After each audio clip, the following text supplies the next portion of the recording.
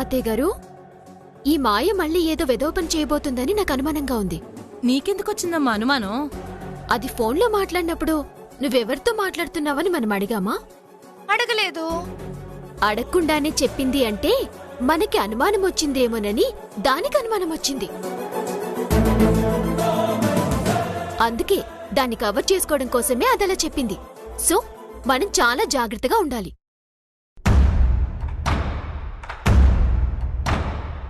ఇదిగో పద్మావతి, నేనొక బ్యూటీషియన్ని తీసుకొచ్చాను.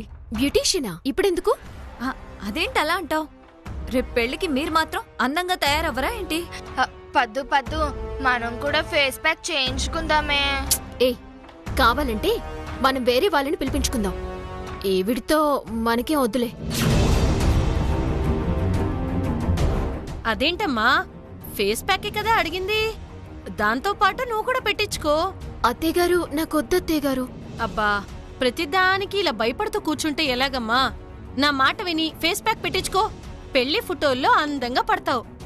సరే అత్తయ్యగారు, మీ ఇష్టం. ఇదిగో ముందు మా ఆంటీకి చెయ్యి. సరే.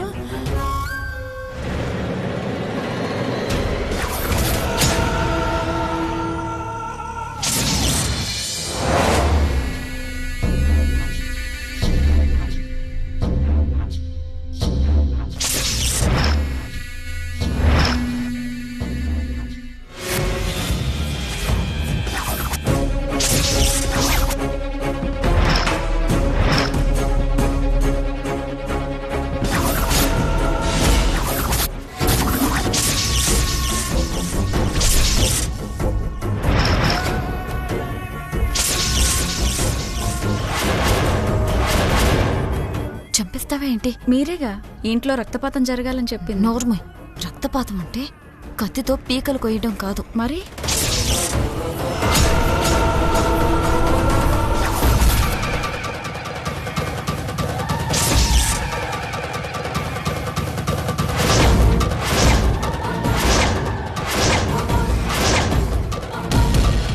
ఏంటది? ఏం లేదు మేడం, మాయా గారికి హెయిర్ కట్ చేయమంటేను తీశాను. తీస్తే మాయ మెడ మీదే ఉండాలి, కానీ నా పీక మీద ఉందేంటి?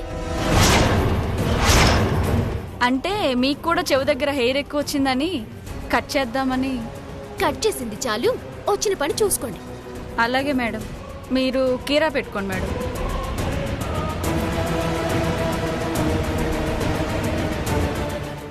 వీళ్ళేదో చేయబోతున్నారు, అందుకే ఇది కత్తెర తీసి నా పీక మీద పెట్టింది.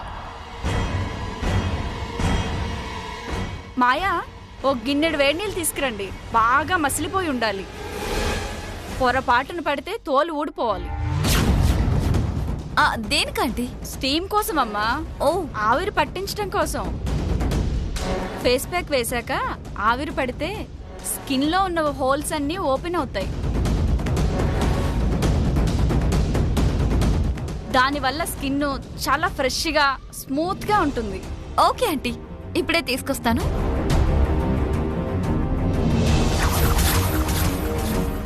ఓహో, వేడి వేడి నీళ్లు, మసిలిపోయిన నీళ్లు తోలు ఊడిపోయే రేంజ్ లో తెమ్మన్నావంటే దీని వెనకాల ఏదో పెద్ద కుట్రే జరుగుతుంది. చెప్తా.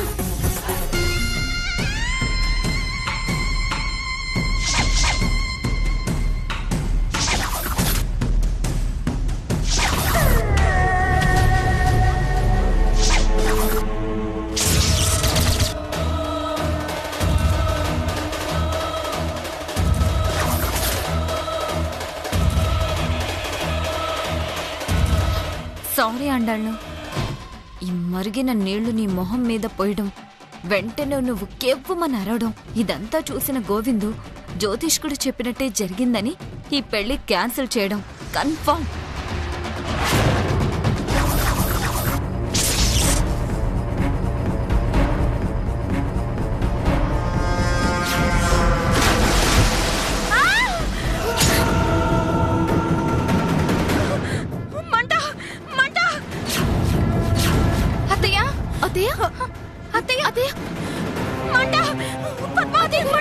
అయ్యో అత్తయ్య గారు, అయ్యో ఏంటి ఇలా కాలిపోయింది? అత్తయ్య గారు, అయ్యో అత్తయ్య, అత్తయ్య మంట. చేసావు తొగమందరా?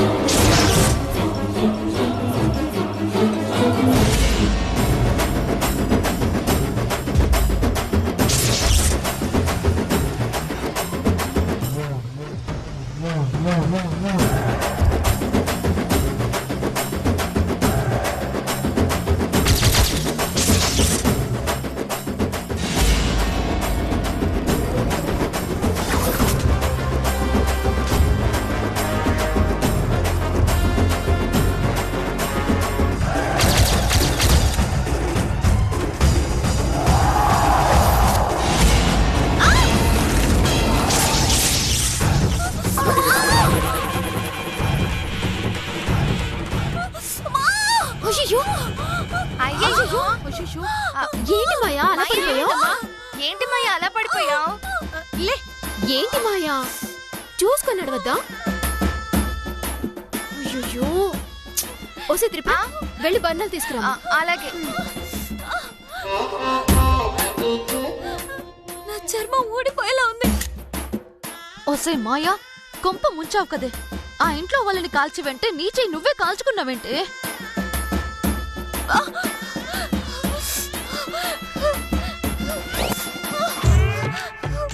త్వరగా రావే. చూపించు.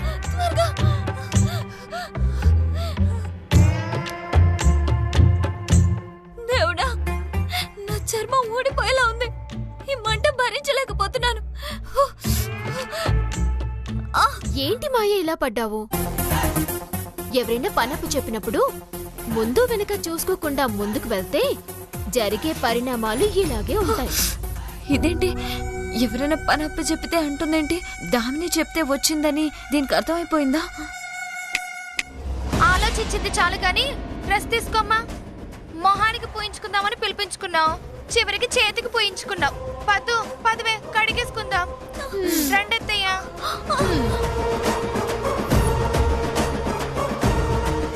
అమ్మాయి ఫేస్ ప్యాక్ మరి నీ మొహానికి పూసుకో. చెయ్యి కాలు నేను ఏడుస్తుంటే ఫేస్ ప్యాక్ అంటూ ఫేస్ ప్యాక్ వెళ్ళ. సరే.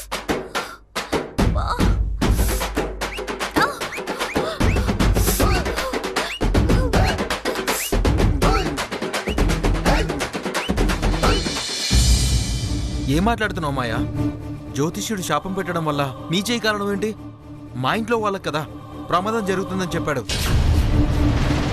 ఏ, నేను మీ ఇంట్లోనే ఉంటున్నాను కదా, అప్పుడు నేను మీ ఇంటి మనిషినే కదా. ఇంట్లో మనిషివే, కానీ మా ఇంట్లో వాళ్ళకి జరగాలి, కానీ నీకు జరగడం ఏంటి? అదే గోవిందు పొరపాటు. ఆయన ఏం చెప్పి వెళ్ళాడు? నా మాట గనక అబద్ధమైతే, నా జ్యోతిష్కం గనక నిజం కాకపోతే ఈ ఇంట్లో ప్రమాదం జరుగుతుంది అన్నాడా? అన్నాడు. అందుకే కదా జరిగింది. అదే ఈ ప్రమాదం.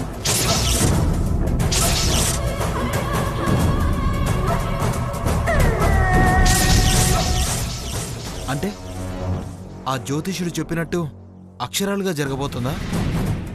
నేను త్రిపురాని పెళ్లి చేసుకుంటే అష్టదరిద్రుని అయిపోతానా? అష్టకష్టాలు పడతానా? అంటే అతను చెప్పినట్టు 1 సంవత్సరం ఆగితే శతకోటీశ్వరుని అయిపోతానా? అయిపోతానా ఏంటి? ఖచ్చితంగా అవుతాను. అతను చెప్పిన ప్రతి మాట జరుగుతుంది. అదృష్ట లక్ష్మి నన్ను వెతుక్కుంటూ వస్తుందని చెప్పాడు, వెంటనే వచ్చింది. అలాగే ఇంట్లో ప్రమాదం జరుగుతుంది అని చెప్పాడు, వెంటనే జరిగింది. ఎస్, అతనే కరెక్ట్. అతని మాటలు వినకుండా పెళ్లి చేసుకున్నానో నా చేతులతో నా జీవితాన్ని నేనే నాశనం చేసుకున్నామని అవుతాను. కరెక్ట్ గోవింద్, సరైన నిర్ణయం తీసుకున్నావు. ఆ త్రిపురకి నీకు సెట్ అవ్వదని, మీ ఇద్దరికి పెళ్ళైతే జరిగేవి అనర్థాలే అని ఆ దేవుడు ఇదిగో ఈ రూపంలో చూపించాడు. నా మాట విని ఏదో ఒకటి చెప్పి ఈ పెళ్లి ఆపేయించు గోవిందు.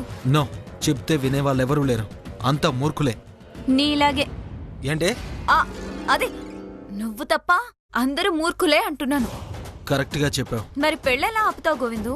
ఆపుతాను. ఆపితే మీ నాన్నగారు ఊరుకుంటారా? వాళ్ళు ఊరుకున్నా సరే ఊరుకోకున్నా సరే పెళ్లి మాత్రం జరగదు, అంతే.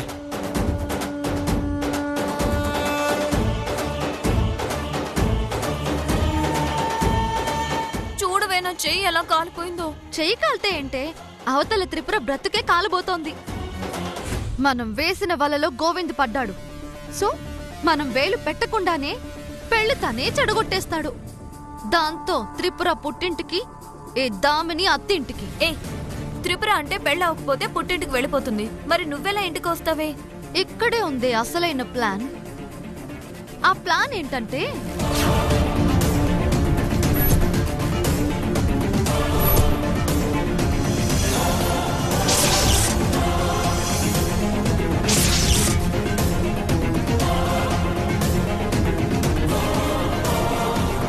సూపరే, అద్భుతంగా ఉంది. ఇప్పుడేం చూసావు? రేపొద్దున గుళ్ళో చూస్తావుగా అసలు డ్రామా. పద్మావతి, నేనుండగా నన్ను కాదని గోవిందుని త్రిపురకిచ్చి పెళ్లి ఎలా చేస్తావో చూస్తానే.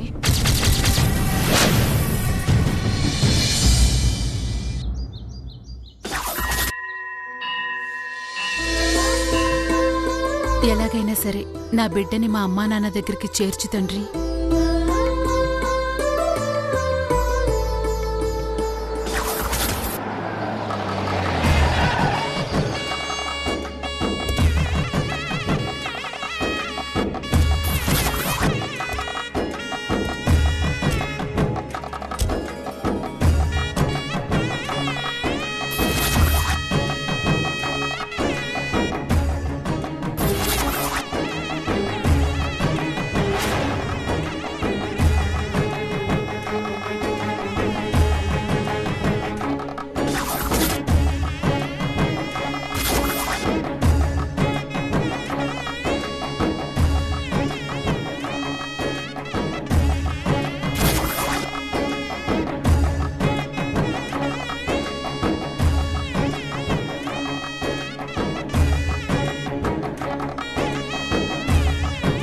బిలహరి, వెళ్దాం పద. అమ్మా, నీకెన్నిసార్లు చెప్పాను నన్ను బిలహరి అని పిలవకుండా బిల్లా అని పిలవమని? నోర్మి, అదెంతో పవిత్రమైన పేర్రా. దాన్ని మార్చేసి బిల్లా అన్నావో చెవులు పిండేస్తాను. ఏమనుకున్నావో ఏమో. సరే, నీ ఇష్టం. తాతయ్య వాళ్ళు వచ్చారేమో, చూద్దాం పదా. పద.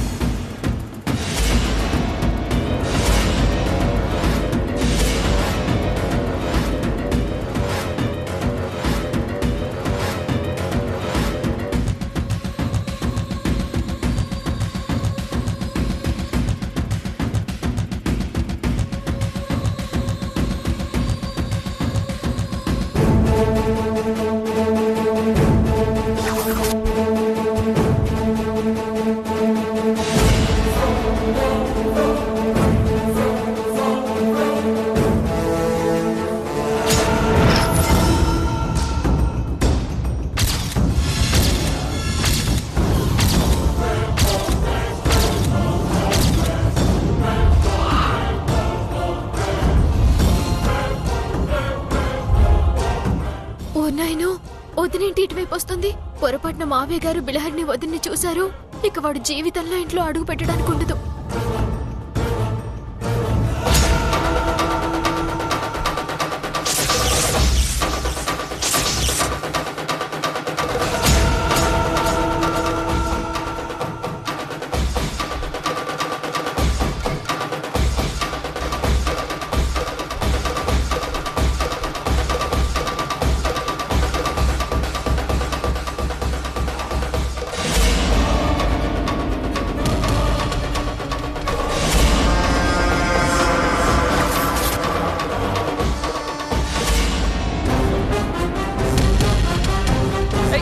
ఏమిటే సైకిల్ చేస్తున్నావు?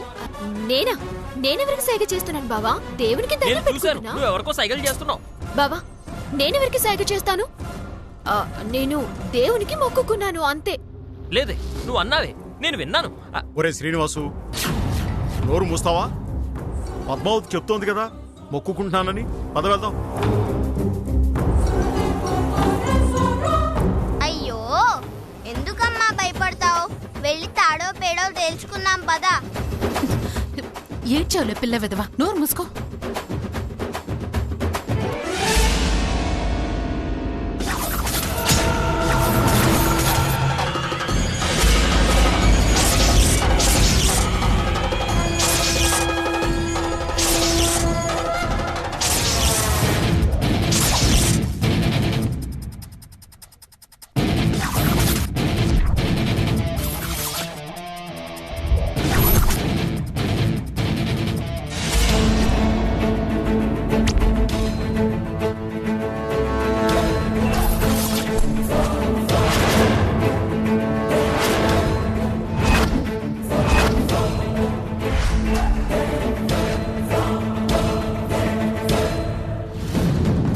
ఈ దామిని మెడపట్టి ఇంటి నుంచి బయటికి గెంటేసినా నీకింకా సిగ్గు రాలేదా?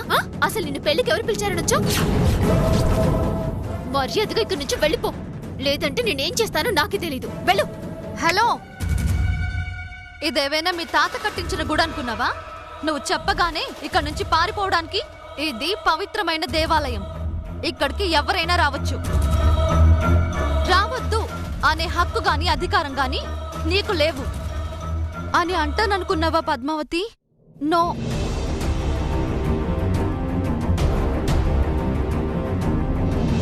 ఏ జన్మలో ఏ పాపం చేశానో దేవాలయం లాంటి మీ ఇంటికి దూరం అయ్యాను.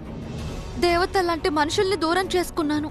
ఆ పాపానికి ప్రాయశ్చిత్తంగానే నేను నరకం అనుభవిస్తున్నాను.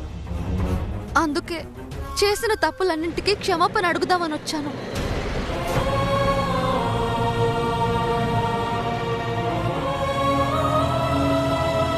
ఆంటీ, మీ విషయంలో మీ కుటుంబం విషయంలో ఎన్నో తప్పులు చేశాను. చెయ్యరాని పాపాలు చేశాను.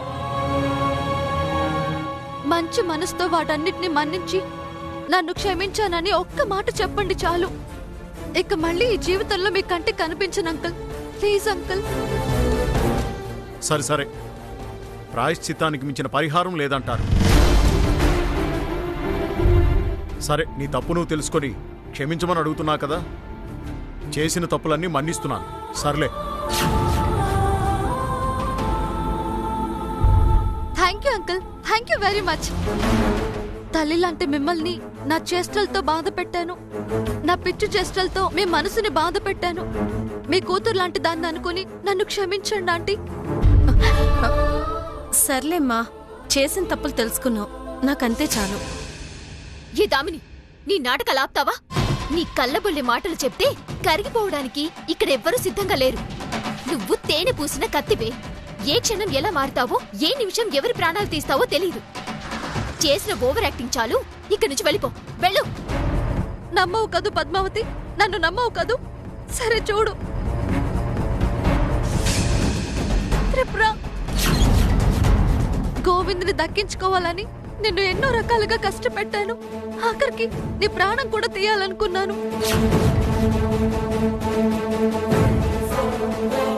కానీ ఎప్పటికీ గోవింద్ నీవాడే అని, నాలాంటి దానికి గోవింద్కి భార్య అయ్యే అర్హత కానీ, ఆ ఇంటికి కోడలిగా అడుగు పెట్టే అదృష్టం కానీ లేవని నాకు అర్థమైంది. అందుకే గోవింద్ని నీకే వదిలేస్తున్నాను. నన్ను నమ్మి మన్నించవే. క్షమించానని ఒక్క మాట చెప్పవే ప్లీజ్ త్రిపుర, ప్లీజ్. చాలే, లేకు. Thank you Tripura, thank you so much. Padmavati, నేను చేసేదంతా యాక్టింగ్ అని, నేను నిజంగా మారలేదని నీ ఒక్కదానికే తెలిసే. పాపం పిచ్చోళ్ళు అందరూ నమ్మేసి క్షమించేశారు. ఇక్కడ జరగబోయేది పెళ్లి కాదే, వల్లకాడు. వల్లకాడుగా మార్చేస్తాను. అనుకున్నా. నువ్వెందుకు మారుతావే చెప్తా.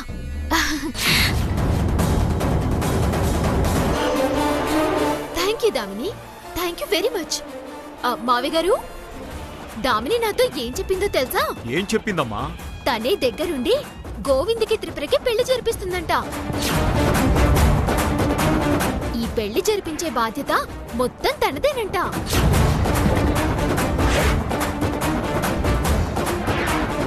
ఒకవేళ ఈ పెళ్లి గనక జరగకపోతే ఇదే గుడి మీద నుంచి దూకి చనిపోతుందంట. అలా అని దేవుడి మీద ఒట్టు పెట్టింది మావయ్య గారు. ఏం దామిని? ఏమిచ్చావే ట్విస్ట్? ఈ పెళ్లి ఆపాలని నేను చూస్తుంటే నాతోనే పెళ్లి జరిపించాలని ట్రై చేస్తున్నావా? చెప్తా. అమ్మా, దామిని ఇక్కడ ఉండటం నాకేమాత్రం ఇష్టం లేదమ్మా. దాన్ని వెంటనే ఇక్కడి నుంచి పంపించేస్తేనే బెటర్. అత్తయ్య గారు, దొంగ చేతికి తాళాలివ్వడం అంటే ఇదే. అది ఇక్కడి నుంచి వెళ్లిపోతే బయటికెళ్ళాక ఎన్ని వేషాలైనా వేయొచ్చు. అదే దాన్ని పక్కనే ఉంచితే ఏం చేయడానికి దారులు లేక చచ్చినట్టు 2 అక్షింతలు వేసి మరీ వెళ్తోంది. అది నా ప్లాన్. సరేనమ్మా, నీ ఇష్టం. ఓకే దామిని, నువ్విచ్చిన ఈ బంపర్ ఆఫర్ కి థ్యాంక్ యూ వెరీ మచ్. నువ్వే స్వయంగా పెళ్లి జరిపిస్తానంటే నాకు అంతకన్నా కావాల్సింది ఏముంటుంది చెప్పు? మావయ్య గారు వెళ్దాం. అత్తయ్య గారు పదండి.